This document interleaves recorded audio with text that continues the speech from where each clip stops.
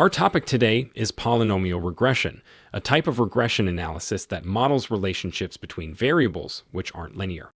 Unlike simple linear regression, which assumes a linearity between the independent and dependent variables, polynomial regression introduces polynomial terms, making it possible to model curved or nonlinear relationships.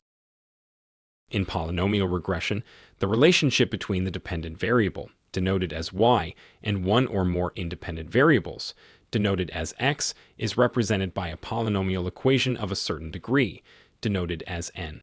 The equation looks like this: y equals b0 plus b1x plus b2x squared, and so on, up to bn x to the power of n plus e.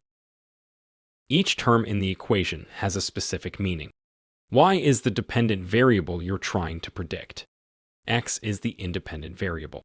The b0, b1, b2, b3, and so on are coefficients that determine the weights of each term in the equation. These coefficients are estimated from the data during the model fitting process. And E represents the error term, which accounts for the residuals or unexplained variance in the model.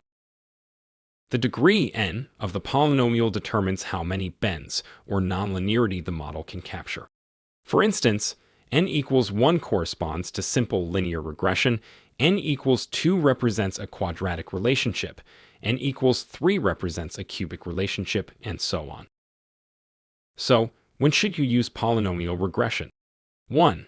When you suspect that the relationship between the variables is not linear but follows a curved pattern. 2. When you need model flexibility to capture more complex patterns in the data.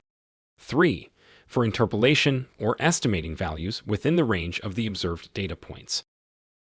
However, caution is necessary when using high-degree polynomials because they can lead to overfitting, where the model fits the noise in the data rather than the underlying pattern. Techniques like ridge regression can help mitigate this issue. Polynomial regression can also be used for visual representation and interpretation of relationships. Remember, selecting the appropriate degree of the polynomial is vital in polynomial regression. A higher degree doesn't always lead to a better model. Striking a balance between model complexity, fit, and generalizability is essential to avoid overfitting. Techniques like cross-validation can help in choosing the optimal degree for your polynomial regression model.